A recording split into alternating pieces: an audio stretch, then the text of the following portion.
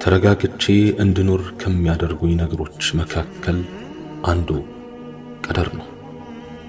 ዝም ብለን እንብሰከሰካለን እንጂ ዱንያ አላህ ከጻፋት ልክ አታልፍም። አላህ የጻፈልኝን ነገር ብጓጓለትም ባልጓጓለትም የትም አያመልጠኝም። ያልጻፈልኝ ነገር ብወጣ ብወርድም በኔ ድካም አይለወጥም። ቢሆንም ግን ከመልፋት አልቦዝንም። አላህ ስብሓንሁ ወተዓላ የጻፈልኝን ነገር የትም ይሁን የት አገኘዋለሁ። በመካከላችን ያለ ርቀት አይገድበውም። በእርግጥም ጌታዬ ጽፎልኝ ከሆነ ሩቅ ነገር ቅርብ ይሆናል፣ የማይቻለውም ይቻላል።